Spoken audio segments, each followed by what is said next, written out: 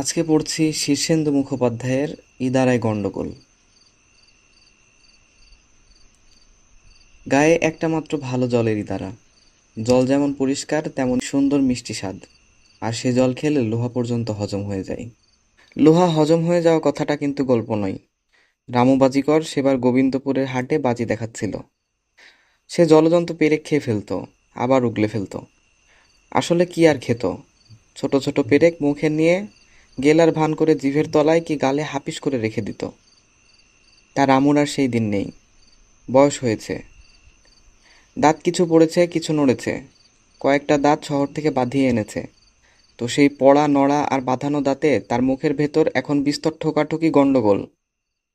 কোনো দাঁতের সঙ্গে কোনো দাঁতের বনে না। খাওয়ার সময়ে মাংসের হাড় মনে করে নিজের বাঁধানো দাঁতও চিবিয়ে ফেলেছিল রামু। সে অন্য ঘটনা, থাকবে। কিন্তু এরকম গন্ডগোলের মুখ নিয়ে পেরেক খেতে গিয়ে ভারী মুশকিলে পড়ে গেল সেবার। পেরেক মুখে নিয়ে অভ্যেস মতো এক গ্লাস জল খেয়ে সে বক্তৃতা করছে। পেরেক তো পেরেক, ইচ্ছে করলে হাওড়ার ব্রিজও খেয়ে নিতে পারি। সেবার গিয়েছিলাম খাবো বলে। সরকার টের পেয়ে আমাকে ধরে জেলে পোড়ার উপক্রম। তাই পালিয়ে বাঁচি। বক্তৃতা করার পর সে আবার যথানিয়মে ওয়াক তুলে ওগরাতে গিয়ে দেখে পেরেক মুখে নেই একটাও। বেবাক জিভের তলা আর গলার ফাঁক থেকে সাফ হয়ে জলের সঙ্গে পেটে সে দিয়েছে। টের পেয়েই রামু ভয় খেয়ে চোখ কপালে তুলে যায় আর কি। পেটের মধ্যে ৮-১০টা পেরেক, সোজা কথা তো নয়। আধ ঘন্টার মধ্যে পেটে ব্যথা, মুখে গ্যাজলা। ডাক্তার কবিরাজ এসে দেখে বলল, অন্ত্রে ফুটো, পাকস্থলীতে ছেদা, খাদ্যনালী লিক, ফুসফুস ফুটো হয়ে বেলুনের মতো হাওয়া বেরিয়ে যাচ্ছে, আশা নেই। সেই সময় একজন লোক বুদ্ধি করে বলল, পুরনো ইদারার জল খাওয়াও। ঘটিভর সেই জল খেয়ে রামু আধ ঘন্টা খানেকের মধ্যে গা ঝাড়া দিয়ে উঠল। শেষ পর্যন্ত দেখা গেল সত্যি লোহা হজম হয়ে গেছে। ইদারার জলের ঘেঁটি এমনিতেই ছিল, এই ঘটনার পর আরও বাড়ল। বলতে কি গোবিন্দপুরের লোকের এই ইদারার জল খেয়ে কোনো ব্যামোই হয় না। কিন্তু ইদানিং একটা বড় মুশকিল দেখা দিয়েছে। ইদারায় বালতি বা ঘটি নামালে দড়ি ছিঁড়ে যায়। দড়ি সবসময় যে ছেড়ে তা নয়। অনেক সময় দেখা যায় বালতির হাতল থেকে দড়ির গিঁট কে যেন সযত্নে খুলে নিয়েছে। কিছুতেই জল তোলা যায় না। যতবার দড়ি বাঁধা বালতি নামানো হয় ততবারই এক ব্যাপার। গায়ের লোকেরা বুড়ো পুরুতমশাইয়ের কাছে গিয়ে পড়ল। ও ঠাকুরমশাই, বিহিত করুন। ঠাকুরমশাই মাথায় হাত দিয়ে বসেছিলেন। দুঃখের সঙ্গে বললেন, ভাইয়েরা, দড়ি তো দড়ি। আমি লোহার শেকল বেঁধে বালতি নামালাম, তো সেটাও ছিঁড়ে গেল। তার ওপর দেখি জলের মধ্যে সব হুলস্থুল কাণ্ড হয়েছে। দেখেছো কখনো ইদারার জলে সমুদ্রের মতো ঢেউ ওঠে? কাল সন্ধেবেলায় দেখলাম নিজের চক্ষে। বলি, ওই ইদারার জল আর কারো খেয়ে কাজ নেই। ৫টা গ্রাম নিয়ে হরিহর রায়ের জমিদারি। রায়মশাই বড় ভালো মানুষ, ধর্মভীরু, নিরীহ, লোকের দুঃখ বোঝেন। গোবিন্দপুর গায়ের লোকেরা তার দরবারে গিয়ে হাজির। রায়মশাই কাছারি ঘরে বসে আছেন, ফর্সা নাদুস নুদুস চেহারা। নায়েব মশাই সামনে গিয়ে মাথা চুলকে বললেন, আজ্ঞে, গোবিন্দপুরের লোকেরা সব এসেছে দরবার করতে। রায়মশাই মানুষটা নিরীহ হলেও হাকডাক বাঘের মতো। রেগে গেলে তার ধারে কাছে কেউ আসতে পারে না। গোবিন্দপুর গায়ের লোকেদের ওপর তিনি মোটেই খুশি ছিলেন না। তার সেজ ছেলের বিয়ের সময় অন্যান্য গায়ের প্রজারা যখন চাঁদা তুলে মোহর বা গয়না উপহার দিয়েছিল, তখন এই গোবিন্দপুরের নচ্ছার লোকেরা একটা দুধেল গায়ে দড়ি বেঁধে টানতে টানতে নিয়ে এসে একগাল হেসে নতুন বউয়ের হাতে সেই গরু বাঁধা দড়ির এক প্রান্ত তুলে দিয়েছিল। সেই থেকে রায়মশাইয়ের রাগ। গরুটা যে খারাপ তা নয়, রায়মশাইয়ের গোয়ালে এখন সেইটাই সবচেয়ে ভালো গরু। দুবেলা স্বাচ্ছের দুধ দেয় রোজ। বটের আঠার মতো ঘন আর মিষ্টি সেই দুধেরও তুলনা হয় না। কিন্তু বিয়ের আসরে গরু এনে হাজির করায় চারিদিকে সে কি ছিচিক্কার। আজও সে কথা ভাবলে রায়মশাই লজ্জায় অধোবদন হন, আবার রাগে রক্তবর্ণও হয়ে যান। সেই গোবিন্দপুরের লোকেরা দরবার করতে এসেছে শুনে রায়মশাই রাগে হুঙ্কার ছেড়ে বলে ওঠেন, কি চাই ওরা? সেই হুঙ্কারে নায়েব মশাই ৩ হাত পিছিয়ে গেলেন। প্রজারা আঁতকে উঠে ঘামতে লাগলো। স্বয়ং রায়মশাইয়ের নিজের কোমরের কষি পর্যন্ত আলগা হয়ে গেল। গোবিন্দপুরের মাতব্বর লোক হলেন পুরুত চক্রবর্তী মশাই। তার গালে সবসময় আস্ত একটা হত্যকি থাকে, আজও ছিল। কিন্তু জমিদার মশাইয়ের হুঙ্কার শুনে একটু ভিড়মি খেয়ে ঢোক গিলে সামনে ওঠার পর হঠাৎ টের পেলেন মুখে হত্যকিটা নেই। বুঝতে পারলেন চমকানোর সময়ে সেটা গলায় চলে গিয়েছিল, ঢোক গিলার সময় গিলে ফেলেছেন। আস্ত হত্যকিটা পেটে হজম হবে কিনা তা কে জানে। একটা সময় ছিল পেটে জাহাজ ঢুকে গেলেও চিন্তা ছিল না। গায়ে ফিরে পুরনো ইদারার এক ঘটি জল ঢকঢক করে গিলে ফেললেই জাহাজ ঝাঁঝরা। বামুন ভোজনের নেমন্তন্নে গিয়ে সেবার সোনার গাঁয়ে 2 বালতি মাছের মুড়ো দিয়ে রাধা ভাজা সোনা মুগের ডাল খেয়েছিলেন। আর একবার সতী পিসির শ্রাদ্ধে ফলারের নেমন্তন্নে 2টো আস্ত প্রমাণ সাইজের কাঁঠাল, এক অন্নপ্রাশনে 1.5খানা পাঁঠার মাংস, জমিদার মশাইয়ের সেজ ছেলের বিয়েতে 80 টুকরো পোনা মাছ, 2 হাঁড়ি দই আর 2 সের রসগোল্লা। গোবিন্দপুরের লোকেরা এমনিতেই খাইয়ে, তারা যেখানে যায় সেখানেই সবকিছু খেয়ে প্রায় দুর্ভিক্ষ বাঁধিয়ে দিয়ে আসে। সেই গোবিন্দপুরের ভোজনপ্রিয় লোকেদের মধ্যে চক্রবর্তী মশাই হলেন চ্যাম্পিয়ন। তবে এইসব খাওয়া দাওয়ার পেছনে আছে পুরনো ইদারার স্বাস্থ্যকর জল। খেয়ে এসে জল খাও, পেট খিদেই ডাকাডাকি করতে থাকবে। সেই ইদারা নিয়েই বখেরা। চক্রবর্তী মশাই হত্যকে গিলে ফেলে ভারী দুশ্চিন্তায় পড়ে গেলেন। হত্যকি এমনিতেই বড় ভালো জিনিস, কিন্তু আস্ত হত্যকি পেটে গেলে হজম হবে কিনা সেইটাই প্রশ্ন। পুরনো ইদারার জল পাওয়া গেলে হত্যকি নিয়ে চিন্তা করার প্রশ্ন ছিল না। চক্রবর্তী মশাই করজোড়ে দাঁড়িয়ে বললেন, রাজামশাই, আমাদের গোবিন্দপুর গায়ের পুরনো ইদারার জল বড় বিখ্যাত। এতকাল সেই জল খেয়ে কোনো রোগবালাই আমরা গায়ে ঢুকতে দিইনি। কিন্তু বড়ই দুঃখের কথা, ইদারার জল আর আমরা তুলতে পারছি না। রায়মশাই একটু শ্লেষের হাসি হেসে বললেন, হবে না, পাপের প্রায়শ্চিত্ত। আমার ছেলের বিয়েতে যে বড় গরু দিয়ে আমাকে অপমান করেছিলে। চক্রবর্তী মশাই জিভ কেটে বললেন, সি সি, আপনাকে অপমান রাজামশাই? সেই রকম চিন্তা আমাদের মরণকালেও হবে না। তাছাড়া ব্রাহ্মণকে গোদান করলে পাপ হয় বললে কোনো শাস্ত্রে নেই। গোদান মহাপুণ্য কাজ। রায়মশাইয়ের নতুন সভাপণ্ডিত কেশব ভট্টাচার্যও মাথা নেড়ে বললেন, কূট প্রশ্ন, কিন্তু কথাটা আপাতগ্রাহ্য। রায়মশাই একটু নরম হয়ে বললেন, ইদারার কথা আমিও শুনেছি। সেবার আমার অগ্নিমানদের সময় গোবিন্দপুর থেকে পুরনো ইদারার জল আনিয়ে আমাকে খাওয়ানো হয়, খুব উপকার পেয়েছিলাম। তা সেই ইদারা কি শুকিয়ে গেছে নাকি? চক্রবর্তী মশাই ট্যাগ থেকে আর একটা হতুকি বের করে লুকিয়ে মুখে ফেলে বললেন, আগে না, তাতে এখনো কাকচক্ষু জল টলটল করছে, কিন্তু সে জল হাতের কাছে থেকেও আমাদের নাগালের বাইরে। দড়ি বেঁধে ঘটি বালতি যাই নামানো হয়, তা আর ওঠানো যায় না। দড়ি কে যেন কেটে নেয়, ছিঁড়ে দেয়, লোহার শিকলও কেটে দিয়েছে। রক্তচক্ষে রায়মশাই হুঙ্কার দিলেন, কার এত সাহস? এবার হুঙ্কার শুনে গোবিন্দপুরের লোকেরা খুশি হলো, নড়ে চড়ে বসলো। মাথার ওপর জমিদার বাহাদুর থাকতে ইদারার জল বেহাত হবে, এ কেমন কথা? ঠাকুরমশাই বললেন, আগে মানুষের কাজ নয়, এত বুকের পাটা কারো নেই। গোবিন্দপুরের লেঠেলদের কে না চেনে? গোদের ওপর বিষ ফোড়ার মতো মাথার ওপর আপনিও রয়েছেন। লেঠেলদের এলেমে না কুলোলে আপনি শাসন করবেন? কিন্তু এ কাজ যারা করেছেন তারা মানুষ নন, অশরীরী। গোদের ওপর বিষ ফোড়ার উপমা শুনে একটু রেগে উঠতে যাচ্ছিলেন, কিন্তু অশরীরীর কথা শুনেই মুহূর্তের মধ্যে কানে হাত চাপা দিয়ে ডুকরে উঠলেন রায়মশাই। ওরে বলিস না, বলিস না। সবাই তাজ্জব। নায়েব মশাই রুসকসায়িত লোচনে গোবিন্দপুরের প্রজাদের দিকে চেয়ে বললেন, মুখ সামলে কথা বলো। চক্রবর্তী মশাই ভয়ের চোটে দ্বিতীয় হত্যকিটাও গিলে ফেলতে ফেলতে অতি কষ্টে সামাল দিলেন। রায়মশাইয়ের বড় ভূতের ভয়। পারতপক্ষে তিনি ও নাম মুখেও আনেন না, শোনেনও না, কিন্তু কৌতূহলেরও তো শেষ নেই। খানিকক্ষণ কান হাতে চেপে রেখে খুব আস্তে একটুখানি চাপা খুলে বললেন, কি যেন বলছিলি? চক্রবর্তী মশাই উৎসাহ পেয়ে বললেন, আগে সে এক অশরীরীর কাণ্ড। ভূ বলিস না, খবরদার বলছি, বলবি না। রায়বাবু আবার কানে হাত চাপা দেন। চক্রবর্তী মশাই বোকার মতো চারিদিকে চান। সবাই এ ওর মুখে চাওয়াচাওয়ি করে। নায়েব মশাই চুপ বলে একটা প্রচণ্ড ধমক মারেন।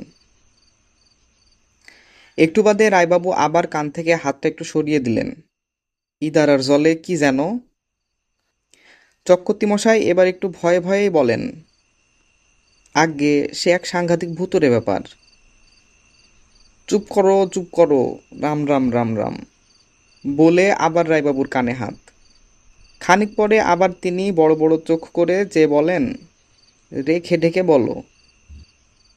আজ্ঞে বালতি ঘটির সব দড়ি তেনারা কেটে নেন, শেকল পর্যন্ত ছেড়েন।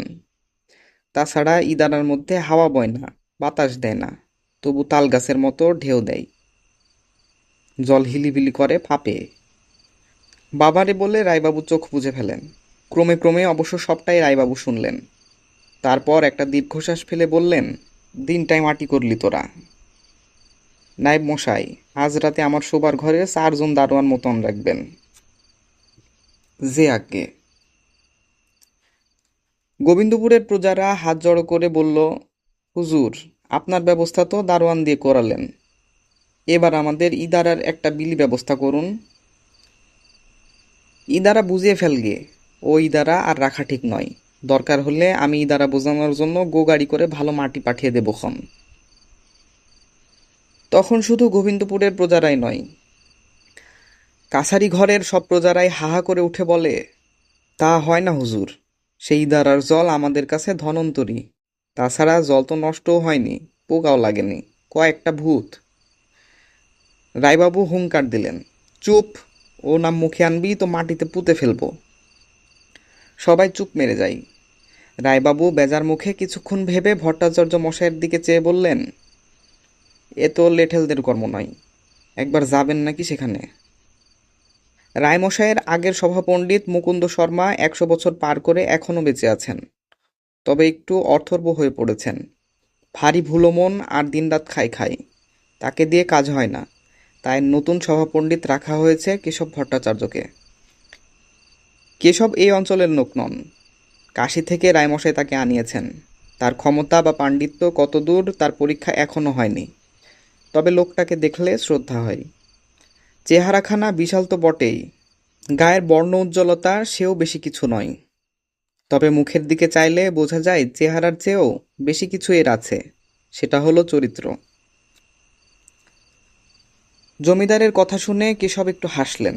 পরদিন সকালে গাড়ি চেপে কেশব রওনা হয়ে গেলেন গোবিন্দপুর। পিছনে পায়ে হেঁটে গোবিন্দপুরের 102 লোক। দুপুর পেরিয়ে গায়ে ঢুকে কেশব মোড়লের বাড়িতে একটু বিশ্রাম করে ইদারার দিকে রওনা হলেন, সঙ্গে গোবিন্দপুর আর আশেপাশের গায়ের হাজার হাজার লোক। ভারী সুন্দর একটা জায়গায় ইদারাটি খোঁড়া হয়েছিল। চারিদিকে কলকে ফুল আর ঝুমকো জবার কুঞ্জন। একটা বিশাল পিপুল গাছ ছায়া দিচ্ছে। ইদারার চারধারে বড় বড় ঘাসের বন, পাখি ডাকছে, প্রজাপতি উড়ছে। কেশব আস্তে আস্তে ইদারার ধারে এসে দাঁড়ালেন, মুখখানা গম্ভীর। সামান্য ঝুঁকে জলের দিকে চাইলেন, সত্যি কাকচক্ষু জল, টলটল করছে। কেশব আস্তে আস্তে করে বললেন, কে আছিস, উঠে আয়, নইলে থুতু ফেলবো।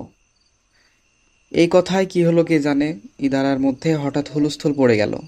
প্রকাণ্ড প্রকাণ্ড ঢেউ দিয়ে জল একেবারে ইদারার কানা পর্যন্ত উঠে আসতে লাগলো। সেই সঙ্গে বউ বউ বাতাসের শব্দ। লোকজন এই কাণ্ড দেখে দে দৌড় পালাচ্ছে। শুধু চক্রবর্তী মশাই ভয়ে কাঁপতে কাঁপতেও একটু দূরে দাঁড়িয়ে আছেন। থুতু ফেলবেন না, থুতু ফেলবেন না, বলতে বলতে ইদারা থেকে শয়ে শয়ে ভূত পেরোতে থাকে। চেহারা দেখে ভড়কাবার কিছু নেই, রোগা লিকলিকে কালো কালো সব চেহারা, তাও রক্ত মাংসের নয়, ধোয়াটে জিনিস দিয়ে তৈরি। সবকটার গা ভিজে সপ সপ করছে, চুল বেয়ে জল পড়ছে। কেশব তাদের দিকে চেয়ে গম্ভীর হয়ে বললেন, ঢুকেছিলি কেন এখানে? আগে ভূতের সংখ্যা বড়ই কমে যাচ্ছে যে, এই ইদারার জল খেয়ে এই তল্লাটের লোকের রোগবালাই নেই। 100-150 বছর হেসে খেলে বাঁচে, না মরলে ভূত হয় কেমন করে? তাই ভাবলুম ইদারাটা দখল করে থাকি, বলে ভূতেরা মাথা চুলকোই। কেশব বললেন, অতি কূট প্রশ্ন, কিন্তু কথাটা আপাতগ্রাহ্য। ভূতেরা আশকারা পেয়ে বলে, ওই যে চক্রবর্তী মশাই দাঁড়িয়ে রয়েছেন, ওরই বয়স 120 বছর। বিশ্বাস না হয় জিজ্ঞেস করুন ওকে। কেশব অবাক চোখে চক্রবর্তীর দিকে তাকিয়ে বলেন, বলে কি এরা মশাই, সত্যি নাকি? এক হাতে ধরা পইতে অন্য হাতের আঙুলে গায়ত্রী জপ করে ধরে রেখে চক্রবর্তী আমতা আমতা করে বলেন, ঠিক স্মরণ নেই। কূট প্রশ্ন, কিন্তু আপাতগ্রাহ্য, কেশব বললেন। ঠিক এই সময় চক্রবর্তীর মাথায়ও ভারী কূট একটা কথা এলো। তিনি ফস করে বললেন, ভূতেরা কি মরে? কেশব চিন্তিতভাবে বললেন, সেটাও কূট প্রশ্ন। চক্রবর্তী সঙ্গে সঙ্গে বললেন, কিন্তু আপাতগ্রাহ্য। ভূত যদি নাই মরে তবে সেটাও ভালো দেখায় না। স্বয়ং মাইকেল বলে গেছেন, জন্মিলে মরিতে হবে, অমরকে কোথা কবে। ভূতেরা কাউমাউ করে বলে উঠল, তা সে আমরা কি করব? আমাদের হার্ট ফেল হয় না, ম্যালেরিয়া, ওলা ওঠা, সান্নিপাতিক সন্ন্যাস রোগ হয় না, তাহলে মরব কিসে? দোষটা কি আমাদের? চক্রবর্তী সাহসে ভর করে বলেন, তাহলে দোষ তো আমাদেরও নয় বাবা সকল। কেশব বললেন, অতি কূট প্রশ্ন। চক্রবর্তী বলে উঠলেন, কিন্তু আপাতগ্রাহ্য। সপাচেক ছন্নছাড়া বিদঘুটের ভেজা ভূত চারিদিকে দাঁড়িয়ে খুব উৎকণ্ঠার সঙ্গে কেশবের দিকে তাকিয়ে আছে। কি রায় দেন কেশব? একটা বুড়ো ভূত কেঁদে উঠে বলল, ঠাকুর মশাই, জলে ভেজানো ভাত যেমন পান্তা ভাত, তেমনই দিনরাত জলে থেকে থেকে আমরা পান্তা ভূত হয়ে গেছি। ভূতের সংখ্যা বাড়ানোর জন্য এত কষ্ট করলুম, সে কষ্ট বৃথা যেতে দেবেন না। এও অতিকূট প্রশ্ন, কেশব বললেন। চক্রবর্তী মশাই এবার আর আপাতগ্রাহ্য বললেন না। সাহসে ভর করে বললেন, তাহলে ভূতেরও মৃত্যুর নিদান থাকা চাই। না যদি হয় তবে আমি ওই দ্বারার মধ্যে থুতু ফেলবো। আর তারই বা কি দরকার? এক্ষুনি আমি সব ভূত বাবা সকলের গায়ে থুতু ফেলছি। চক্রবর্তী মশাই বুঝে গেছেন, থুতুকে ভূতেদের ভারী ভয়। বলার সঙ্গে সঙ্গে ভূতেরা আঁতকে উঠে 10 হাত পিছিয়ে চেঁচাতে থাকে, থুতু ফেলবেন না, থুতু দেবেন না। কেশব চক্রবর্তী মশাইকে এক হাতে ঠেকিয়ে রেখে ভূতেদের দিকে ফিরে বললেন, চক্রবর্তী মশাই যে কূট প্রশ্ন তুলেছেন তা আপাতগ্রাহ্যও বটে, আবার তোমাদের কথাও ফেলনা নয়। কিন্তু যুক্তি প্রয়োগ করলে দেখা যায় যে ভূত কখনো মরে না, সুতরাং ভূত খরচ হয় না, কেবল জমা হয়। অন্যদিকে মানুষ 200 বছর বাঁচলেও একদিন মরে, সুতরাং মানুষ খরচ হয়, তাই তোমাদের যুক্তি টেকে না। ভূতেরা কাউমাউ করে বলতে থাকে, আগে অনেক কষ্ট করেছি। কেশব দৃঢ়স্বরে বলেন, তা হয় না। ঘুটি বাটি যা সব কুয়োয় জলে ডুবেছে সমস্ত তুলে দাও, তারপর ইদারা ছাড়ো, নইলে চক্রবর্তী মশাই আর আমি দুজনে মিলে থু। আর বলতে হলো না। ঝপাঝপ ভূতেরা ইদারায় লাফিয়ে নেমে ঠনঠন ঘটি বালতি তুলতে লাগলো। মুহূর্তের মধ্যে ঘটি বালতির পাহাড় জমে গেল ইদারার পাশে। পুরনো ইদারায় এরপর আর ভূতের আস্তানা রইল না। ভেজা ভূতেরা গোবিন্দপুরের মাঠে রোদে পড়ে থেকে থেকে কদিন ধরে গায়ের জল শুকিয়ে নিল, শুকিয়ে আরো চিমড়ে মেরে গেল। এত রোগা হয়ে গেল তারা যে গায়ের ছেলেপুলেরাও আর তাদের দেখে ভয় পেত না।